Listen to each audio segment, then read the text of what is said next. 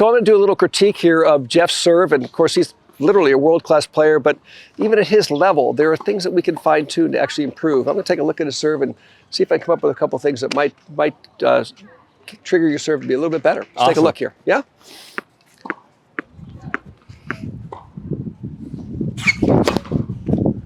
It's pretty big.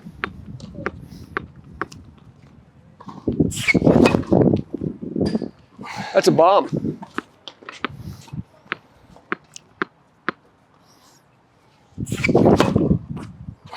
Okay. Okay, so one thing I notice is that you have a little inclination to get your racket behind too early. And that's so common among club level players that we're trying to make a back scratch. So we try to make a back scratch too early. So make sure that your left hand is actually the catalyst that gets the rotation. And when you start, try to feel like you're more in a throwing position. So can I see your racket for a second? So for example, if I threw the ball to you and you just took the ball, Jeff, and threw it over the net like a baseball throw, good. And if you take the next one and just throw it up high on a 45 like you're serving, good. That is the serving motion. And when he did that, if you notice, where does the throwing action originate from? You see where his hand is? It's right there. See that? So if we put the racket in your hand now, and you leave it right in this area here, and this is the way Holger Rune is, and Felix Ozeo, I see a lot of players are now, they're here, even Roddick was there. So we're not getting the racket back here so early. As we're ready, we're right in this stage right here. So the racket's really in this position where I throw from. And what that creates is more lag. Yeah. So you'll get a little more lag, and then when you use that, you'll have a greater stretch factor in your swing, and you'll get a little more power out of that. Let me do a little lag here. So a little lag. Feel like you're, lead with the left, lag a little more behind with the right.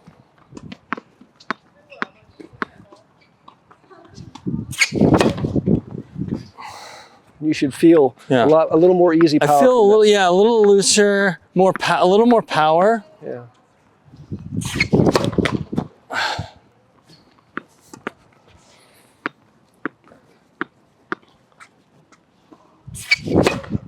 Yeah, that's definitely more snap. Yeah.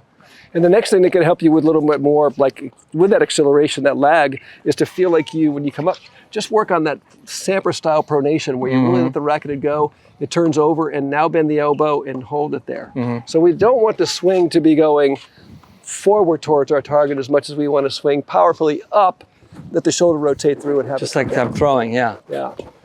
Okay, so I'm going to go lag, and I'm going to kind of pronate a little more.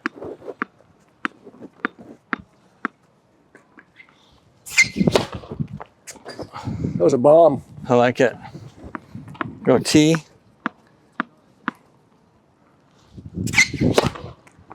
Yeah, I definitely. Yeah, huge, right? Yeah. Now, what's so interesting too is that you're probably hitting that $115, right? Yeah. Probably close to that, right?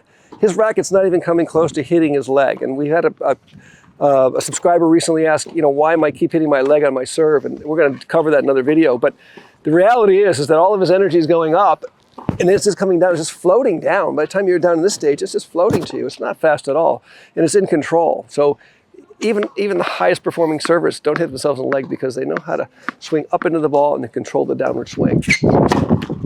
That toss wasn't high enough, was it? No. You ran out of time, right? I did. Yeah. That's what happens in matches. Sometimes I toss a little too low, so I tend to rush. So.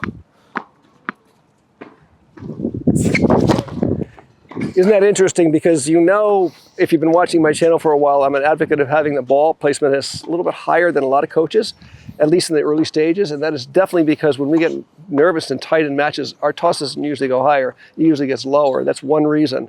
So another reason I like it, John, that is because what this lag is going to force me to throw the ball higher. I now have a reason to match it with the lag. So I feel like that's actually going to be a combined benefit, interestingly. Okay. I need to throw it higher to deal with the lag.